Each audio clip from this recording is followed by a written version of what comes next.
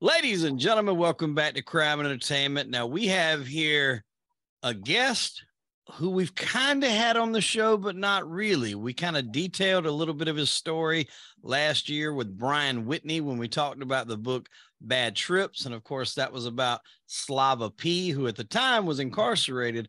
But what do you know? Out right now and here on Crime and Entertainment, live and in the flesh, Slava P. Slava, how you doing, my friend? Thank you for having me. I'm doing well. Thank you for being so patient for me while we figured out this Zoom setup. That's not a problem at all, man. Any day out of the can is a good day.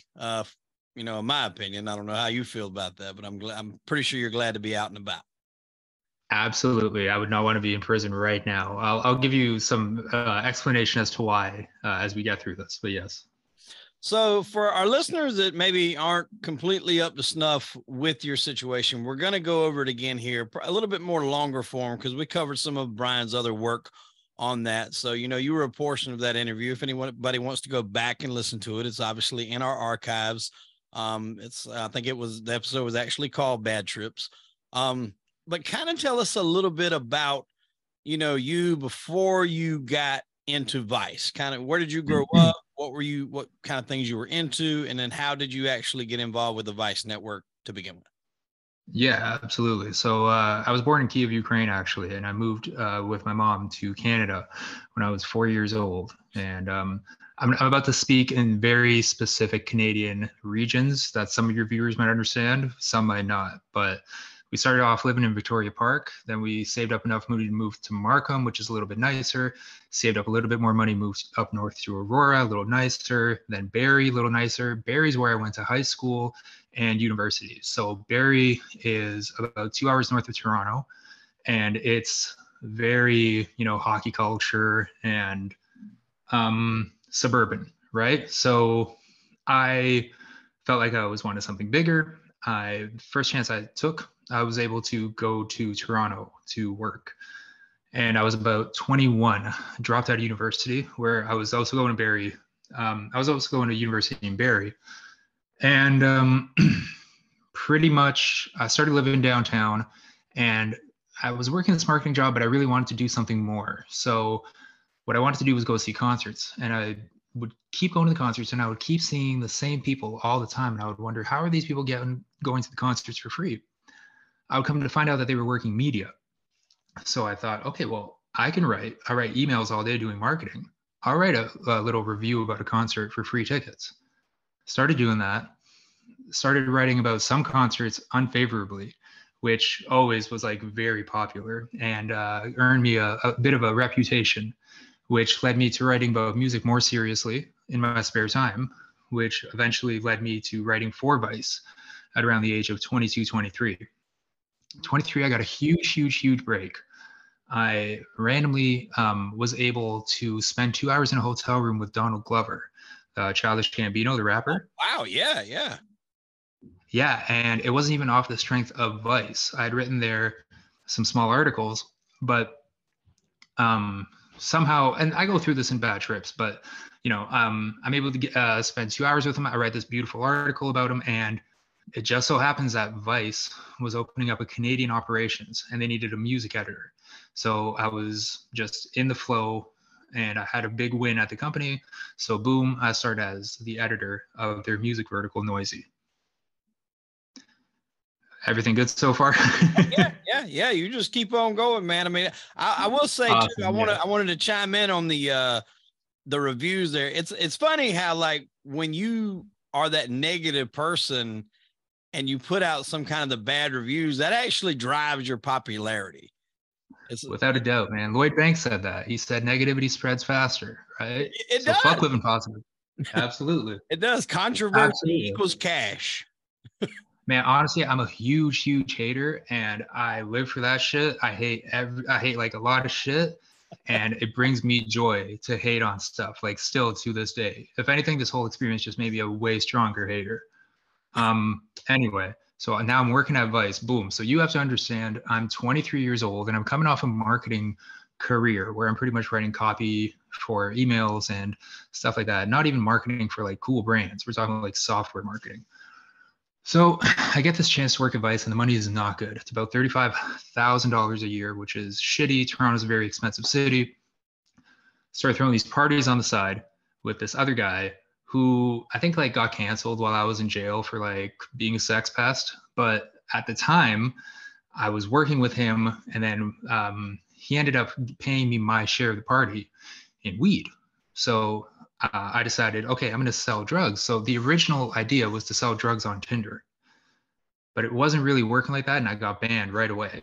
So next, I'm like, okay, well, why don't I just sell drugs on Grindr? So boom, I hop on Grindr. I'm distributing drugs, and at that point, I'm making like a pretty good side hustle doing that and the Vice thing.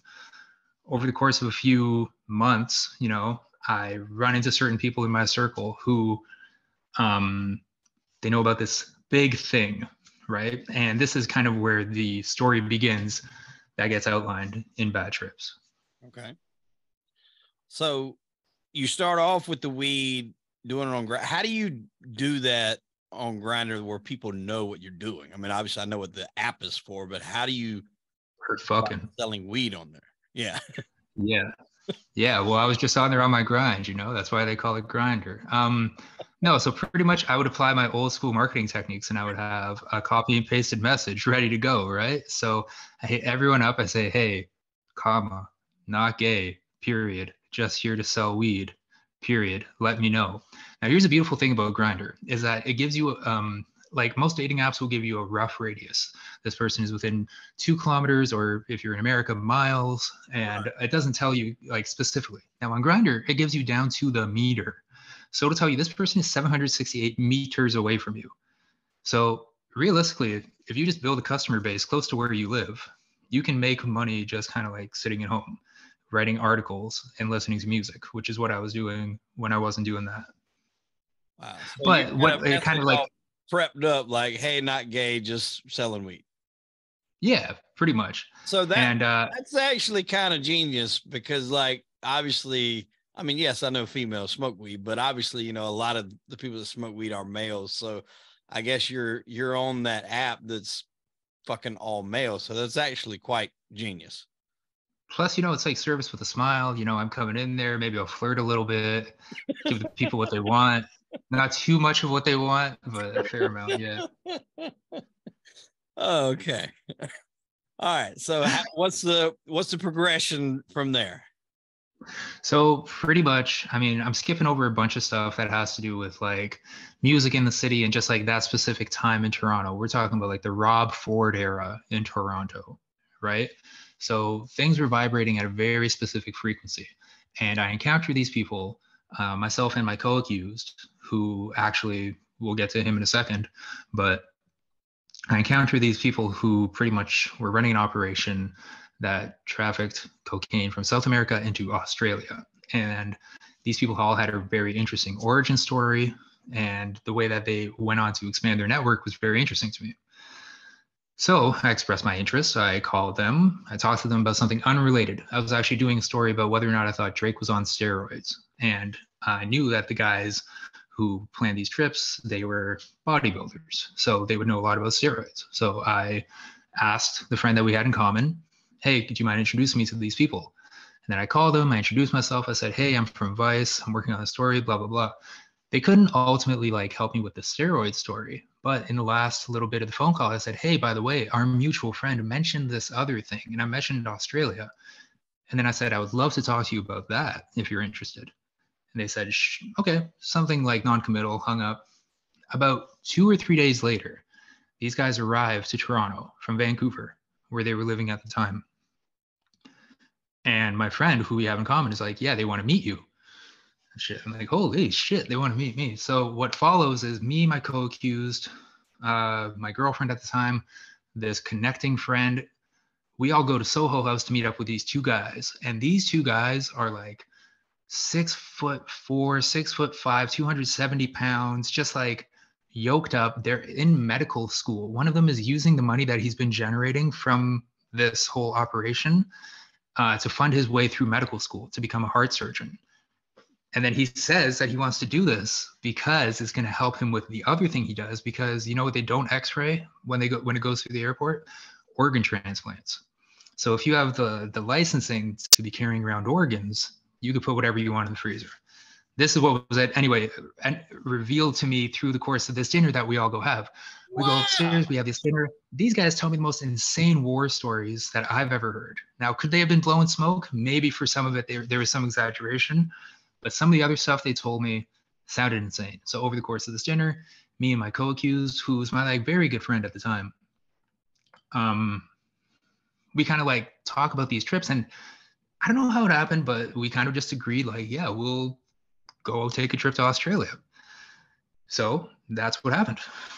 So real quick, is that accurate? Like they don't check the organs? So the organ play is not my play, and I don't know. The organ play is just what they told me when I asked them about like what they're doing. And so that's when they talk about medical school. Goal to be a doctor, or was he just wanting to be a doctor so he could use the fucking organs to smuggle coke? I mean, I'll never really truly know, right? But okay, I just didn't know if that was like a means to an end. I mean, obviously that's a high profile job to be able to do that, which that's again, right. You would think that you wouldn't waste spending all those years in medical school just to make like a couple $100,000 or $1 million, depending on where you take it. That's the other thing. Like that's why Australia was such a popular destination. I mean, cocaine out there goes for about $100,000 a kilo. Jesus. Up maybe even more, maybe 120, 125. It depends on the time and place. Is it just hard to get cocaine in Australia? Well, you have to remember, like, to get cocaine into Canada, you can get it in by plane, you can get it in by car, you can get it in by boat. There's a lot of ways to that South America, which is where it all comes from, connects to Canada. Right. There's not a lot of ways that anything connects to Australia, mostly just by ship or by plane. Yeah, I've had a guy on the show before by the name of Brian O'Day, and he was out of Newfoundland, and he actually was taking huge fucking boat trips to Southeast Asia and bringing back weed. And in 2 trips, he moved 75 tons in 2 trips. Jesus. 25 tons, and the cops were on to him. He found out that the cops were on to him, but the cops didn't know that he knew. So he played like he was still going to do the trip with that same boat, but then went and bought like a boat twice that fucking size, sent it ahead of time from the boat that the cops were watching, then pulled out like it was normal, passing the ship loaded down with pot, probably in the fucking ocean somewhere, you know. They go over there, hang out, have a few drinks. When they're coming back, by this time, the pot's already docked and unloaded and on, 18-wheelers. They like swarm the boat. Everybody comes on the boat and it's like fucking bone dry. He's got like donuts and coffee in the bottom for them. Like they were super fucking pissed, but they would bring it back under like in ice with fish on top of it. Like they were fishermen. So, but the weed would be buried up under the bottom under the fish. So they'd make it look good. And like they drop a crate onto the dock and, spill salmon out all over the dock and, make it look good. But meanwhile, the rest of it's just loaded down in pot with fish and ice on top of it. Goes straight into the 18-wheelers and then just distributed everywhere. So their operation. That's the thing. Yeah, I can only imagine how much harder it was to smuggle weed back in the day because they didn't even like really have the technology to package it, right? Right. Well, I'm not sure how they had it packaged up back then, but I've heard horror stories about that too from other guys of how shitty that they put it in like newspaper and shit. Yeah. Oh, there was a guy that we had on named Tim McBride, man. He was just saying that, back in the day that you would have that resin, and he said they would be unloading that like their whole fucking arms would just be red from that resin just covered. It would be in their nose and their eyes. And he said it'd take a couple of days just to get that damn resin stain off of you. That's yeah, I mean, that's the nice thing about cocaine is it's like fairly clean, even though like, you know what, believe it or not, I've yet to see a full brick of cocaine to this day, just because when I took my turn going on this vacation, which pretty much you fly to Las Vegas and then a hefty Mexican gentleman meets you in the parking lot and he gives you 2 sets of luggage. And then you fly with that luggage to Australia where you meet a college-aged kid who takes the luggage from you, and then you fly back to Canada, and then you get your money. Okay, so rewind that back one more time. So you leave Vegas. Where do you go? Australia. Well, you connect in LAX, but we connected in San Francisco. But pretty much like you, so we leave out of Canada. I think the trick is that they have to be Canadians. Okay. For reasons that we will soon understand why. Okay. So you take Canadians and then you send them to Las Vegas. You keep them there for a week. You make it look like they're there on honeymoon or like graduating their, like celebrating their graduation, something like that. Right. Then during their time there, they meet up with somebody who gives them a new set of luggage. These luggage are just like black Samsonite suitcases, but they're lined with cocaine, about 8 kilograms per bag. So it's lined in it and you can't see it. And it's re-stitched and re-glued and re-everything. So is this a carry-on? So no, they're 2 check bags, no carry-on. So do they not run check bags through an x-ray, or these can't even be spotted through an x-ray? So the idea being that they don't check them on the way out. They check them on the way in. Right. And on the way in, if you have someone working the airport at a specific time, they can make sure that certain people's bags are waved through. Okay, so there's You understand what I mean? Yeah. Okay, it's definitely not a spray and pray operation.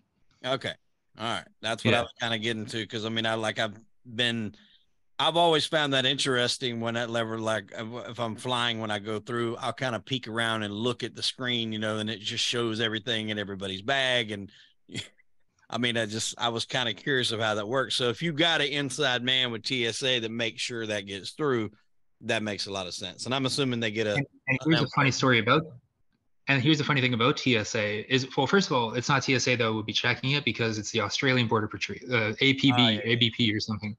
But because nothing ever comes into America. Well, it does, but that's the Mexican guy's job, right? Once you have the suitcase, your job is to get it out of America. And America doesn't care what you're taking out of America. That is not their problem anymore. Once you get to Australia, yes, you get waved through. And I swear to God, and maybe I'm remembering this wrong, but the person who checked my ticket on the way out winked at me. And I swear it was like because she was in on it. But then again, maybe it was one of those things where it felt like everyone was in on it. Right. For example, like it was like the craziest thing. The day before I'm supposed to fly out, I put money on 14 on roulette and it hit. And I'm like, oh, this is a sign. So I don't know. It definitely worked, but I don't think it was a spray and pray operation. Anyway, it's just very simple as long as you follow the instructions. That's it. Just follow the instructions. And they give you instructions like, don't show up to the airport hungover. Don't show up to the airport dehydrated. Have a smile on your face. Like, be happy, yada, yada, yada. Don't talk to anybody. Anyway, I'm in Australia. The bags get unloaded. And I kind of enjoy the rest of my time there before flying back. And I'm thinking, yeah, you know, I can make this a Vice story. I could like do this. I could do that. At the time, I was just so happy that it was over. But the real problem started happening when I got back.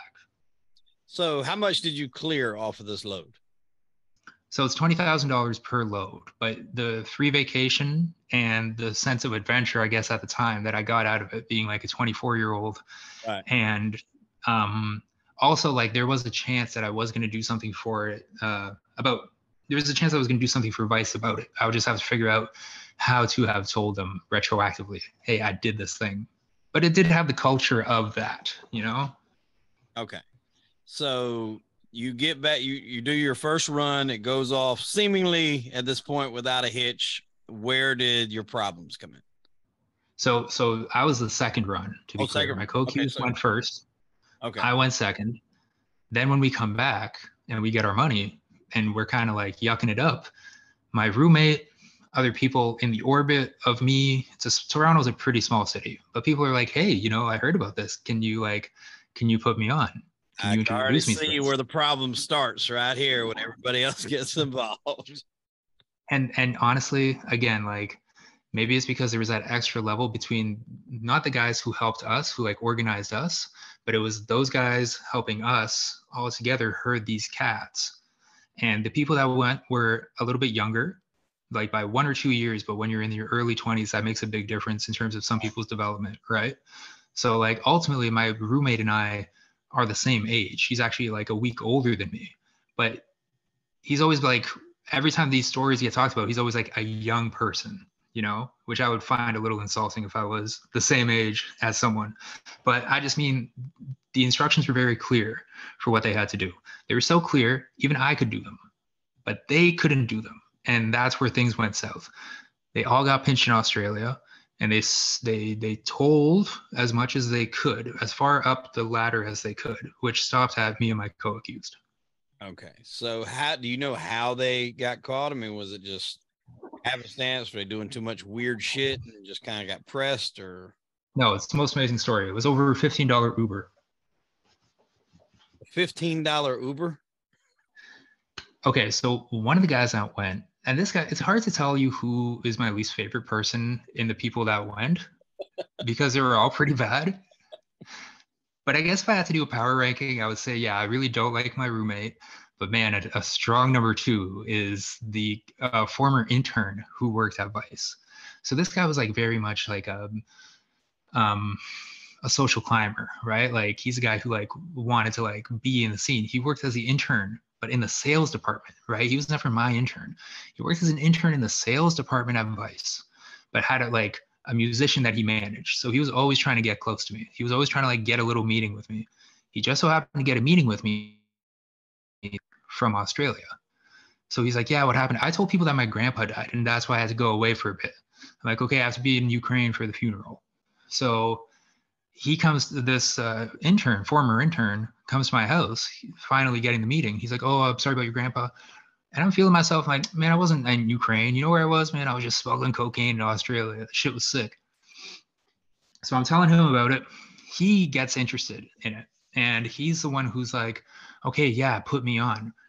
I pretty much give him to my co-accused. I delegate it to him, to my co-accused, to be like, okay, can you just take care of this guy? In the same way I'm taking care of these two, you take care of these two. Well, I wouldn't say I like delegated it to him like I'm in charge. Like we're in the same level, you know? And I'm Your assuming audio you guys are taking a cut. Yeah, I'm assuming you guys are taking a cut of their share. Yeah, like in theory, that definitely was supposed to happen, but there was like a series of things where the two that I sent, one of them completely backed out and he like couldn't go at all. So the supplement to that was my roommate who had been talking about wanting to go, but wanted a lion's share of the money. He didn't want to split the 20K. He wanted all 20K to himself. Okay. So when this opportunity presents himself, where I'm like, yo, if you can fill in, you can take that guy's cut. And he said, yeah, sure. So boom, they're the ones that went. And those were the two that I was really responsible for. Those are the ones I paid the tickets for. So anyway, going back to the first guy, the intern, his name's Robert Wang. His name's Robert Wang. I don't know if you believe that, but I feel like he was the one that really turned this thing into what it was, because he like wanted to back out, and then my co-accused may or may not have like said something to him being like, oh, it's in your best interest. Not like a direct threat, but one of these like, you know, things that they said was a threat because it was like more convenient to his story. But yeah. I don't know. I wasn't there. That could have even been said not even in a threatening way. If I'm sitting on a plane with somebody and we both got cocaine in our suitcases, I could probably look and tell them it's probably in your best interest to shut the fuck up or be cool or whatever. Like that doesn't necessarily mean that it's in a threatening way. Well, here's the problem is like he wanted to back out before he even went. And that's the problem is he was talking about not wanting to go. My co-accused convinced him to go. And here's the problem. He goes, okay, well, can you guys just meet with me one last time and go over this from start to finish? And we're like, sure. Little did we know he was recording it the whole time. Oh, wow. So he was recording that before he even got busted. Which is crazy to me because he still did it. So I have no idea what his motivations are. And I'm still kind of trying to like piece it together. And I probably will never know. Probably maybe blackmail you guys, possibly. Right. If he came back with it. Right. Yeah. If he comes back that way, he's like, all right, you know, basically he's got you over a barrel, you know, admitting to conspiracy to a drug deal or drug trafficking. Which he would then have to admit that he did. Right. Yeah, he would. But I mean, it just doesn't seem like a very smart piece of collateral to hold on to. You're implicating yourself in the middle of it. Yeah, for sure. Here's the funniest thing about this. So wait, let me just get to what ended up happening. Anyway, they all go to Vegas and this Rob really doesn't want to spend any money. And we tell him, listen, like you have to go get the bags from this hotel. And instead of buying an Uber, so like these two people, there was a little mix up as there always is. And the people had to meet and exchange luggage. So instead of going to the hotel, paying for $15 Uber, getting the luggage there, they go, no, what? You know what we're going to do? We're just going to meet at the airport. Now, I don't know if you think that exchanging luggage with someone at the airport that you just met is a good look on the old cameras, but it's not. And that's how they all went down, because the guy did not want to spend $15 and go to a fucking hotel to get the bags, and he wanted to do it at the airport. So boom, those guys go down. The person that Rob is traveling with, who is probably like the person I rate the most, because she is the only person who sold her life rights as well. She gets implicated. She's traveling with Rob. Boom, they're made. She knows the guy that my roommate is traveling with. Boom, that guy's made, and he's traveling with my roommate. So boom, my roommate gets made. They go to Australia, they go to secondary, they get fucked up, and it is what it is. But here's the funny thing. I talked to the guys who planned this stuff, and I'm like, man, I'm so sorry. I hope everything is like okay on your end. And they go, yeah, you know what? We had 5 other people on that flight from Ottawa. So we broke even. Wow. So they're not just, it's not a one and done. A lot of people are got their hands in the pot in this. And a lot of times from what I've found too, like that's more of a common thing. They almost expect some people not to make it. That's why they have a multitude of opportunities coming in. That way, if 1 or 2 fail, you still got some more coming in to back that up. Yeah, from my understanding, and this is the cool thing about going to jail, is I've actually met the types of people that I wanted to meet as a result of getting into bed with this whole scheme. Right. But my understanding is 1 in 10 is what they'll budget for. And as long as there's some sort of documentation of it going missing, it's not really a problem. The problem comes when someone's like, oops, I lost it. Yeah. And there's right? no documentation of it getting lost, then somebody's going to have a side eye look to it. Exactly. Yeah. All right. So do you know they get busted? Do you have that they're ratting you out? I mean, is that your first thought, or are they going to tell on you? What is your thought process? Oh, without a doubt, they're going to tell on me. But the thing is, we're all at the end of the day civilians, right? Like these people are as much these people are just innocent people who did something bad, as am I, right? Like we don't live a life of crime. We don't live by a code where it's like, oh, I'm not going to rat. That really just comes down to each individual. Right. And some of the individuals, even the ones that went, when given the choice, did hold out and they didn't say anything. And here's the most interesting part about all of this. This guy, Robert, who took the recording, he ended up doing 3 months less than the guy who said nothing at all. All that freelance detective work that he did, that's what it was worth. 3 months. 3 months.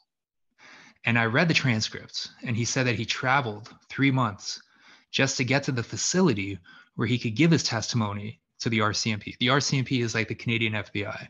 Right. So when you get arrested, you get a copy of all the evidence used against you. So you can read the transcripts, and it's in there.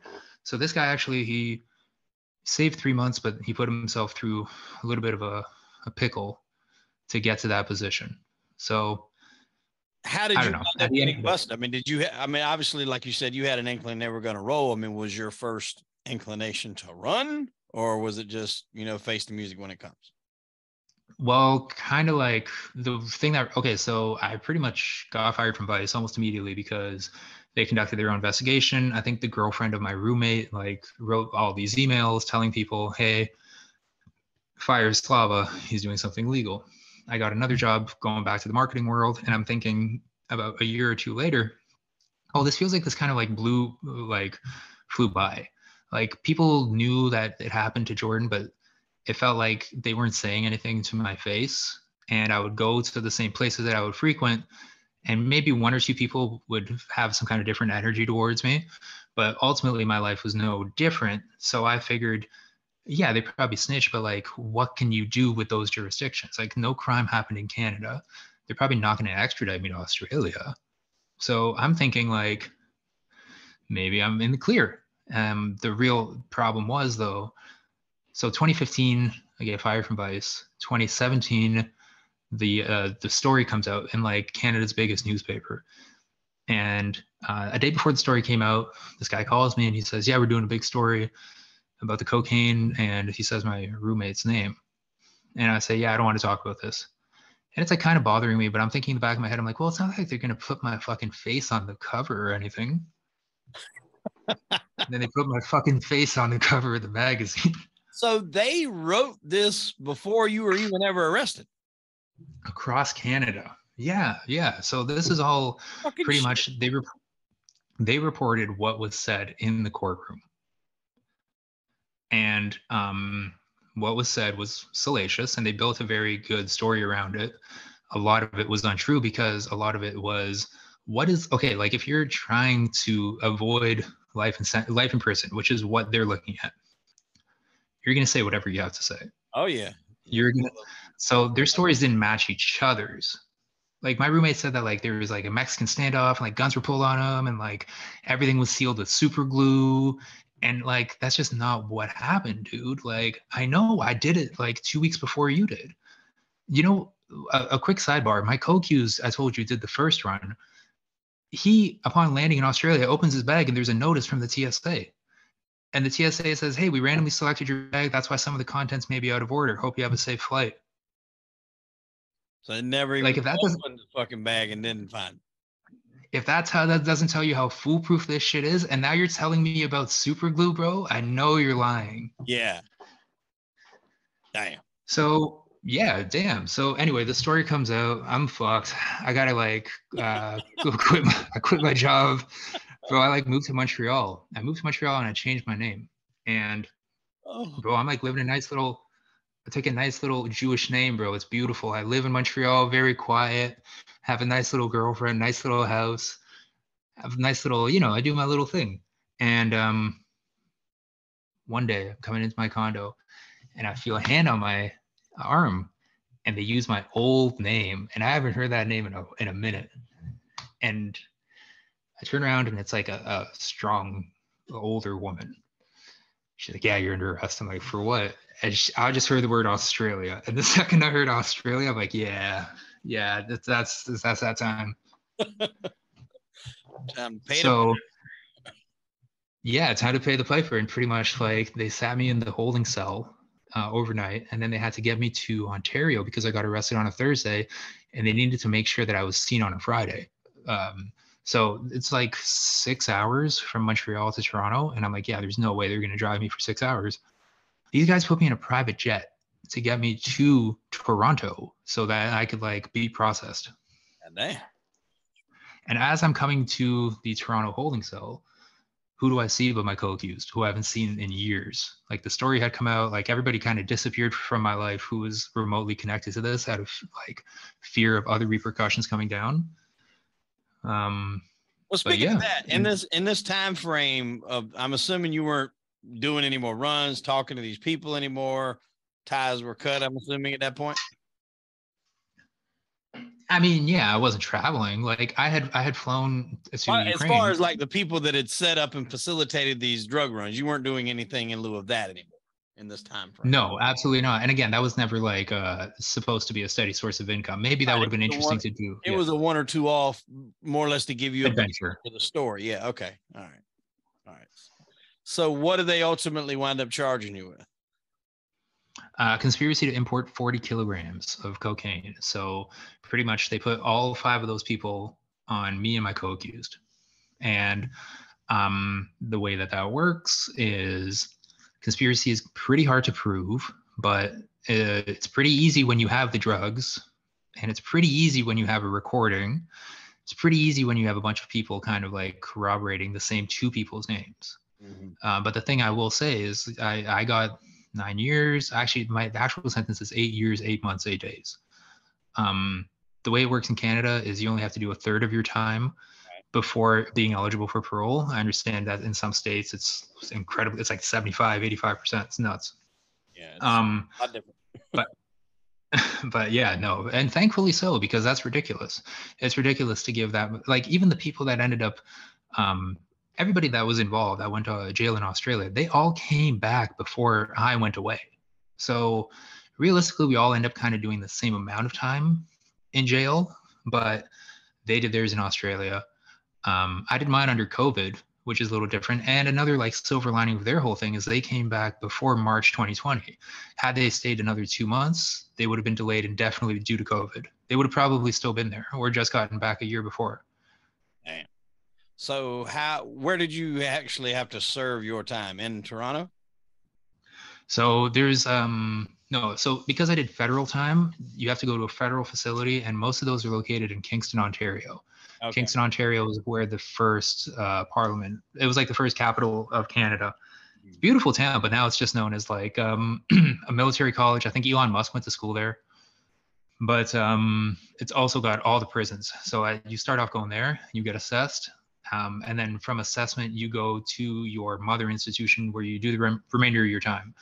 So ultimately, I had to do 28 months, 875 days. And which location was that?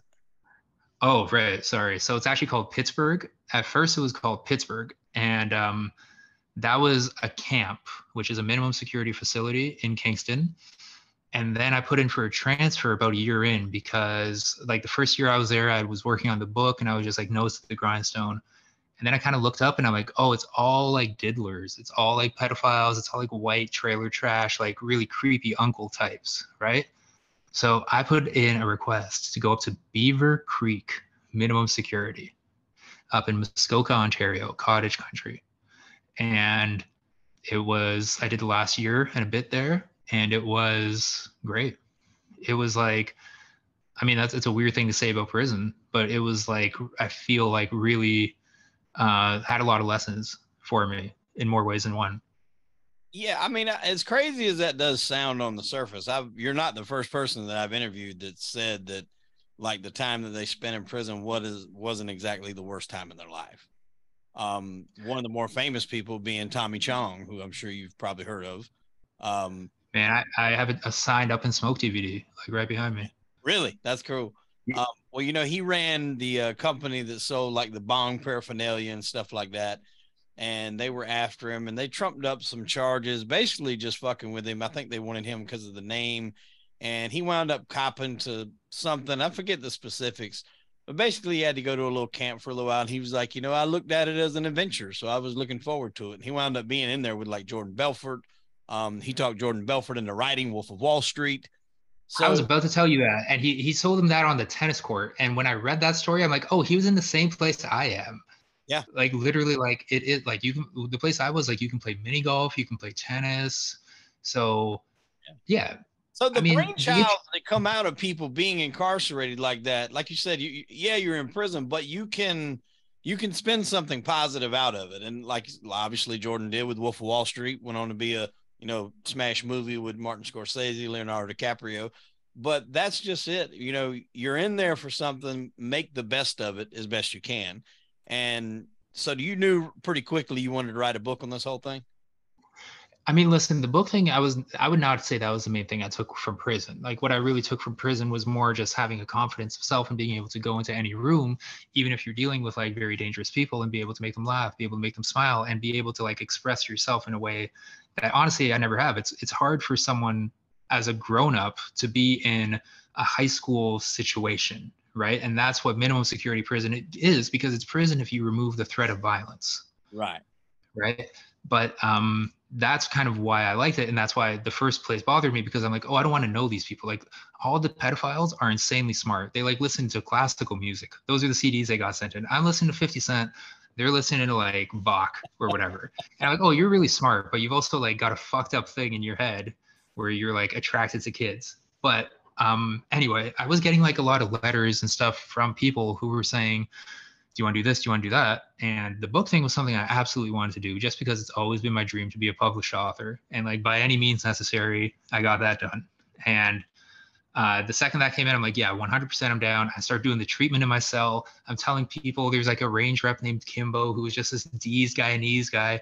And I'm telling him like, yo, Kimbo, I'm writing a book. He's like, no, put me in it. And it's just like, that mentally helped me so much, because once you get there, you do get a piece of paper that says your dates, and you do find out when you're going to be able to go home. So once you get that date, it's really like not that hard, because you have a set date. Yeah. The worst part is not knowing, right? But yeah, just working towards that date. And like, yeah, the book keeps me sane for the first year. And for the second year, it was more just like enjoying the amenities and like kind of working on myself and with people. But I wouldn't say that the book, like technically, to be completely honest with you, I'm not even making money off the book, because there's a bylaw in Canada that says you can't profit off the proceeds of crime. Son of Sam Law. Yeah, but you guys have it for violent crimes. Here we have it for all crimes. Okay. Wow. I didn't know that. Yeah, so that's why Brian was hyping up the book at first. I got you. So let me ask you a question. What's a day in the life in the prison you're in? Like what's your average day? Yeah, so like it depends. There's 3 levels, right? Everybody starts off in what's essentially a maximum security prison. That's like the holding cell.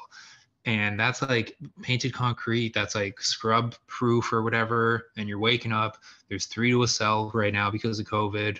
And you have your little Lunchable tray, and you can maybe walk around this like weird rhombus shaped room. That's 2 levels.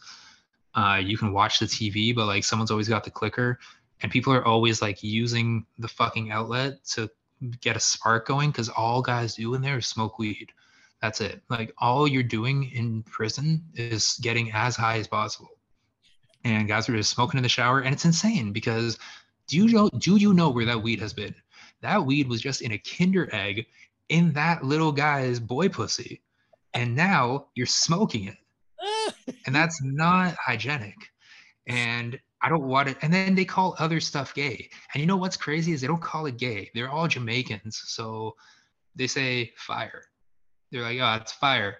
And I'm thinking fire means good. I'm like, Yeah, oh, those are fire shoots. yeah, that's fire. Yeah. No, this fire means gay. Well, And that could lead to some situations. but no one ever says the other fire. That's the other thing. You would never say this is fire. But you know what is fire? The word banana, the word peanut butter, the word jam. Those things are all, they've been coded as gay by the subculture of Jamaicans in jail. And you can't say peanut butter because it sounds like penis. Oh, you can't say hot dogs. You can't say meatball, bro. That's super fire. You can't say meatball. Anything that could potentially say, like at one point we were given dad's cookies, like you know those little cookies like Oreos as a snack. We couldn't even say the name dad's cookies because that sounded gay. Like, yo, let me get your dad's cookies. Yo, fire, bro. What are you talking about? Let me get your dad's cookies. So no real like threat of like violence or anything like that, any fights. Oh no, my bad. It's super violent too. Like the first batch, yeah, super violent. Guys are getting to bang outs all the time. Like, yeah, people smoke weed and they do a good job of segregating the politics in Toronto. Like Toronto's like a pretty violent place, and it's all fairly sectional in terms of like where they are, depending on like what public housing area you're from. So like for example, Jamestown and Driftwood do not get along. So they wouldn't put guys from that area on the same range. So they do a pretty good job segregating, but I've come to see it and come to understand it that if a guy lands on the wrong range, yeah, it's like bad news for him because it's not one-on-one fights. It's always like a swarming or a thing like that. Wow. I've read some of the, I remember I was reading up on a guy named Mom Boucher, who, if you're familiar, crazy story. Read the Hell's Angels chapter up there in Canada. I mean, that was a brutal fucking dude. But he recently passed away. But I was reading some of the stuff around Canada, and they were talking about some of the prisons up there. And I mean, yeah, some of them stories can get a little rough depending on where you were at. Yeah, again, like Quebec's kind of the same way, where they do a pretty good job of segregating it in terms of people and security. Like in max security, yeah. The real problem, as I've come to understand it, is medium security, where there is more integration and they can't threaten you with shipping you out. Because here's like the real reality. Okay, I was in minimum security the whole time. Do you know how guys would express their like dislike towards another guy? Like, first of all, you can't even yell at someone, or that person can report you to the cops, and then you would get, or the COs, and you would get sent up to the medium. Like being in minimum is a huge privilege. Yeah. Huge. Because guys will take like 20 years to get there. What's that? So nobody wants to fuck that up. So they're going to be on their best behavior. Exactly. It will take a guy like 20 years to get there, and he's not going to risk it over a fight over the laundry machine or something like that. Right. So ultimately, I mean, what ended up happening was if you get into a disagreement with somebody, what you're going to do is you're going to spite bake. And spite baking, because we have access to like a full grocery and shit, right? So guys will bake something and then distribute it to everybody except the person that they're beefing with. And this is how you express and get out your rage at a person, is by not making them cupcakes. And it's the craziest shit you'll believe, because men really do turn into women even if they're like, there's no women around. Like, it's crazy. Some guys just become women. Like, there's no women around, but they just fill the role. It's insane, bro. It was like, from a just purely sociological perspective, it was fascinating. Again, minimum security. Man, listen, you know what the worst house I got? Because the first one, Pittsburgh, it's all little townhouses. And they put me in the house that was known as the Dungeons and Diddlers house. Oh boy. All of the guys there were on a bad sex beef, little girls, whatever, child porn. Yeah, the worst of the worst. But they were all together for a reason. And that's because come late night, they would whip out their Dungeons and Dragons books, sit at the kitchen table, and play Dungeons and Dragons until like 5 o'clock in the morning. And I'm upstairs in my room and I hear these fucking dice. I hear these fucking dice hitting the table. And I'm like, I can't believe that this is my prison experience. Like, I'm not getting shanked. I'm not getting like rapes in the bathroom. I'm being kept Dungeons and awake by Dragon dice. Dungeons and Dragons dice, bro. Oh God, that's crazy.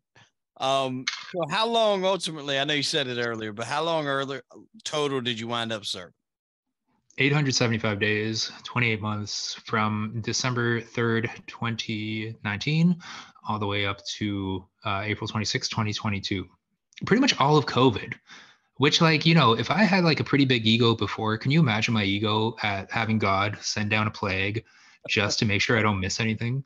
Yeah. I didn't miss shit. The world is gonna pause while Slava goes inside the can. Try to tell me that's not what happened, though. Like, really try to convince me that that's not what happened. Uh, okay, so you get out. Was the book finished? Well, obviously, yeah, it was. It was finished while you were in jail. Yeah, it came out on the day I got parole. So I got parole April 6th, and then the book comes out, and then I actually can't get released until the end of April because that's how the dates worked out. But yeah, it was just a cool little project to like mark my time in jail. I'm like terrible at promoting the book because I wasn't on book promo mode when I got out. I was on like, you know, reestablish space within the new world. Yeah. yeah, freedom, freedom mode. Yeah, exactly. So what? I mean, like, what's next? What's on your radar? I mean, Brian spoke of you in our interview of, he's not the type of guy that's going to come out and sit still. He's going to automatically, get involved in something, not indicating illegal, but I mean, just you're going to get into something that is going to generate, some sort of buzz, or, you're just that type of guy. What's on the horizon for you?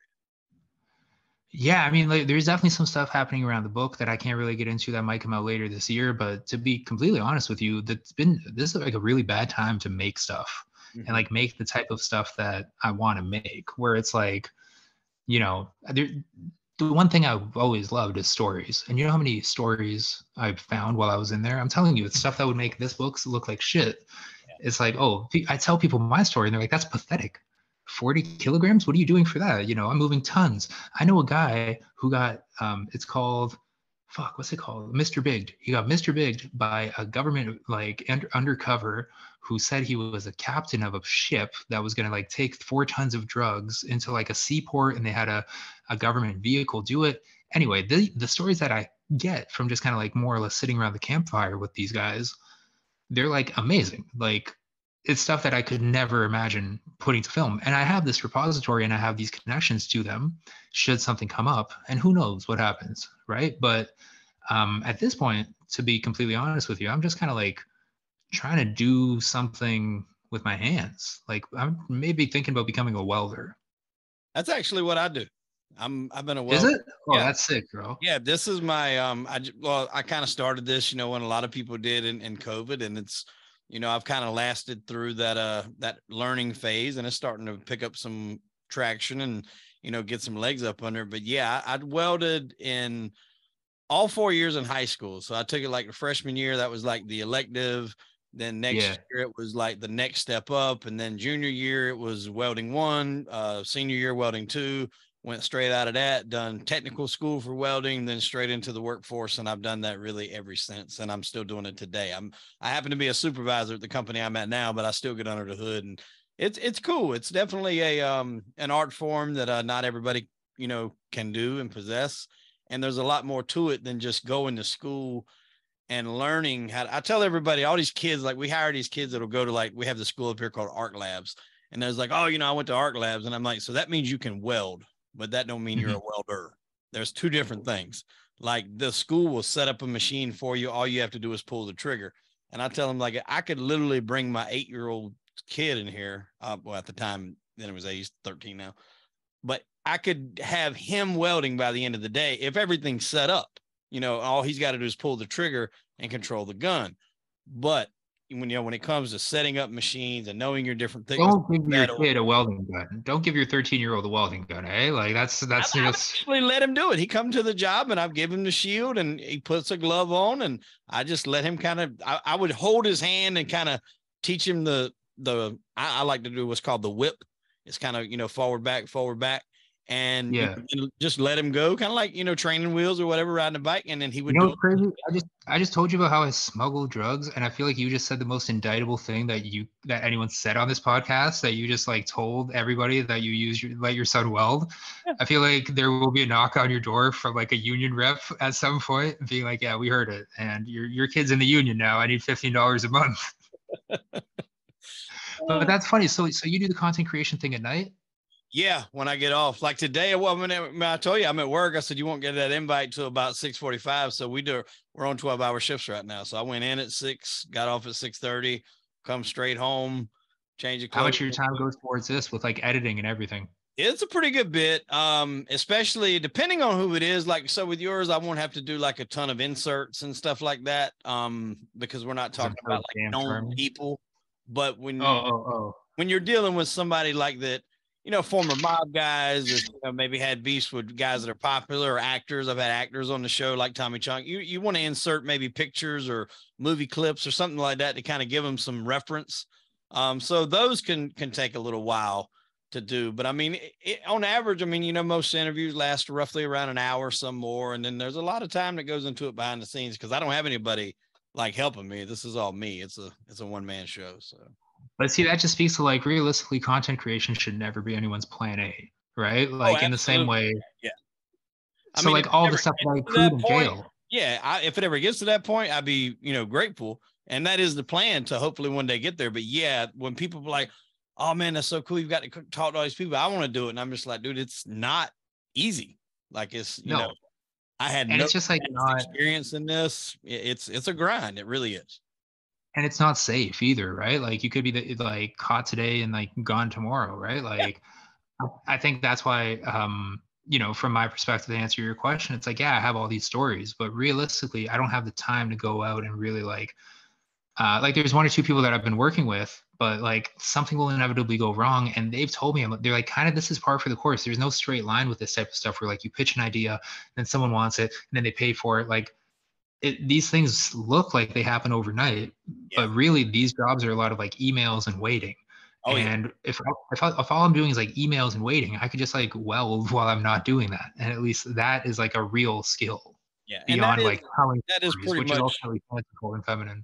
Yeah, that's pretty much exactly what I do. And I mean, I'm starting to get to the point now to where we're talking with some distribution people. There was somebody that actually has their own network. They're launching their own app and they want to put video podcast on the app, kind of like Tubi and Crackle. It's one actually called Red Coral. I can actually drop that name now since we actually did sign contracts. So my show will be on the Red Coral app, so it can be downloaded, via iOS, Android, Fire Stick, Xbox. I mean, it's on pretty much anything, any Play Store, and it's got a lot of free stuff on there. And then, I'll get a, percentage of the ad revenue that runs with the show. So it's just another platform to get on and kind of spread your show. So it's getting there. Like I said, slowly but surely. I mean, all the insiders that I, listened to when I first started, everybody's like, if you're going into a podcast thing and you're going to make money off the rip, then you might as well not even do it. Cause that's not going to happen. You're looking at probably unless you're Emily Ratajkowski. Yeah, for sure. Like, unless you're like a huge name already where people just want to hear you talk. Exactly. Help put them to bed. So like, there's a guy there, Sean Atwood. You ever heard of Sean Atwood? No. So he was like a huge ecstasy dealer. And I don't know if it was from UK or where he was. I think it was UK. He was like a huge ecstasy dealer. And then he leaves UK, comes to the US and Arizona, and actually starts to get muscled around by this guy who he don't know who he is, but everybody's talking like, hey, there's this badass dude. Turns out he's Sammy the Bull Gravano. I'm assuming you know who that is. Yeah. So this was after, obviously, he ratted on Gotti, put Gotti in jail. They had Sammy out in Arizona. That's when he started doing the ecstasy thing. So Sammy was actually trying to bully Sean into giving up his, share of the ring, because he was out there making a lot of money. His shit was good. And Sean wound up going to jail. And obviously Sammy later on got busted too. But yeah, he's got his own podcast. So that'd be one that you could try to hook up with and tell the story. Yeah, that's crazy. Yeah, man. Yeah. Yeah, if you can make the alley-oop, let me know. But it's always so nice hearing people's jail stories. Like in Canada, there's no statute of limitations. So I was in jail with a 60-year-old who committed a crime in like the 60s. And he's telling me about like guys walking around Toronto in like zoot suits and shit and like real like old school gangster shit. And yeah, some of those stories, man, like it really does feel like a different world, let alone a different era, you know? Like nowadays, like really the all the crime is like it's all fairly sophisticated and it's all fentanyl. And fentanyl is not a drug that has any culture associated to it, you know? It's like if you think like cocaine culture, that Miami Vice shit, sure. What do you think of when you think of like fentanyl? It's like sad scenes, right? Yeah. Everybody Like dying. it's not a party drug. Like, I mean, Yeah, just like it's some of the really, shit you were talking about with the suitcases, like I'm picturing Blow with Johnny Depp when he's smuggling the suitcases through the airport security. Back in those days, I mean, those guys partied like a motherfucker down in Florida.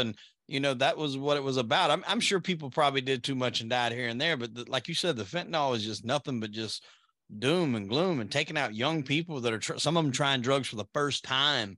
And well, that's the crazy thing about it. These kids are buying like fake perks on Snapchat and they're made of fentanyl. yeah. And they like can't trace it back because it's like, I don't know, it was a guy he met on Snapchat. Like that's like what are you supposed to do with that? And like that's a life lost because of like a drug that like is not even that fun. Like the worst drug I've ever been on was Xanax in terms of like the actual effects. And that's the only one that was actually like prescription. Like MDMA, Coke, weed, that shit is like more or less fine.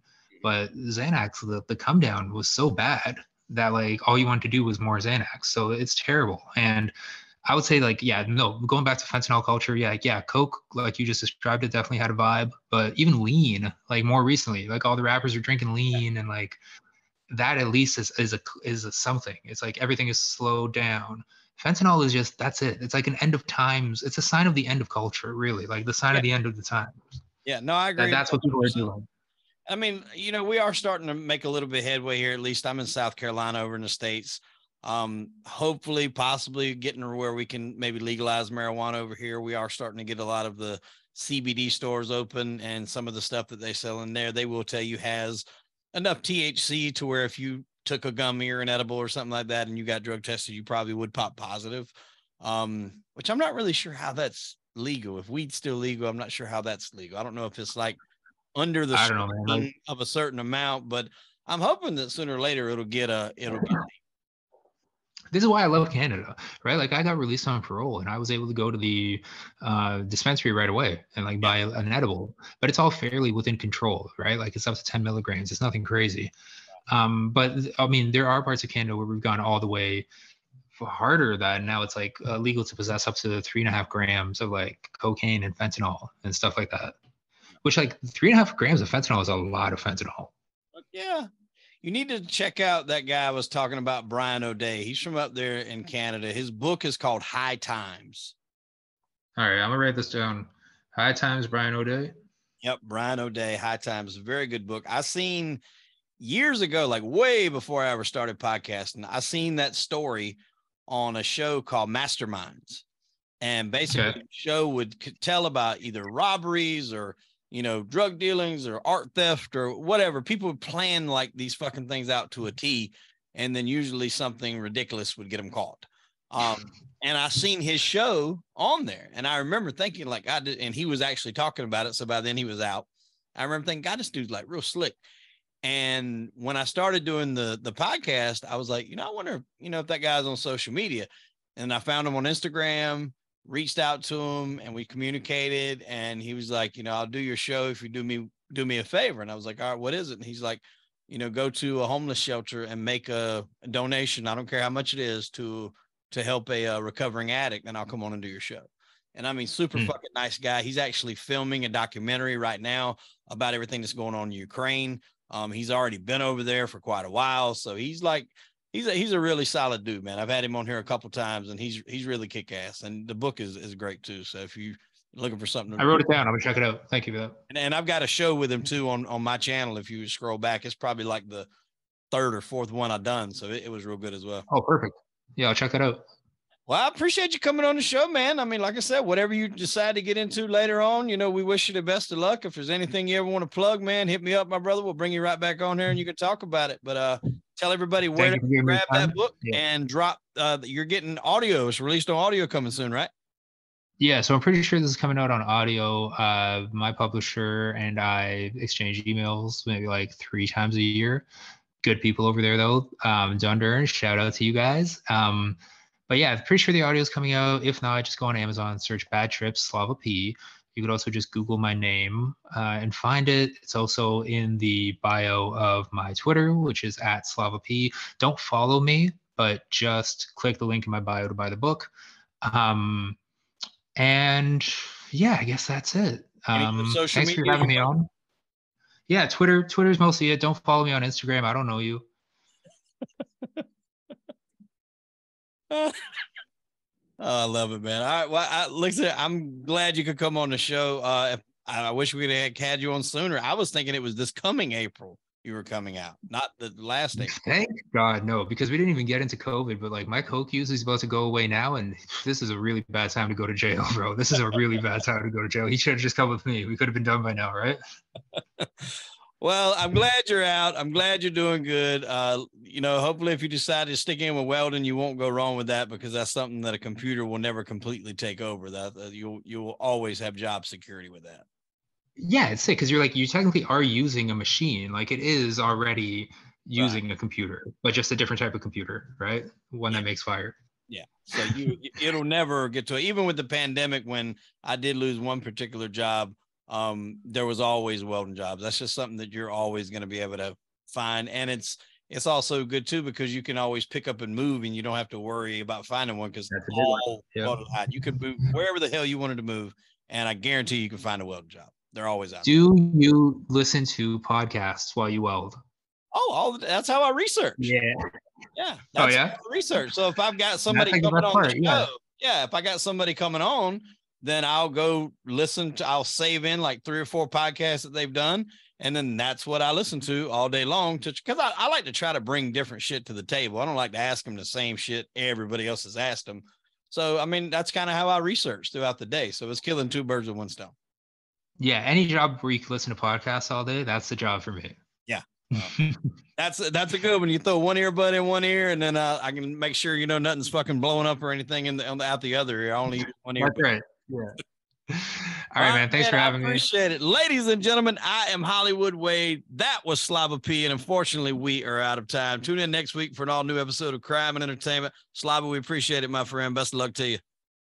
Thank you. Take care.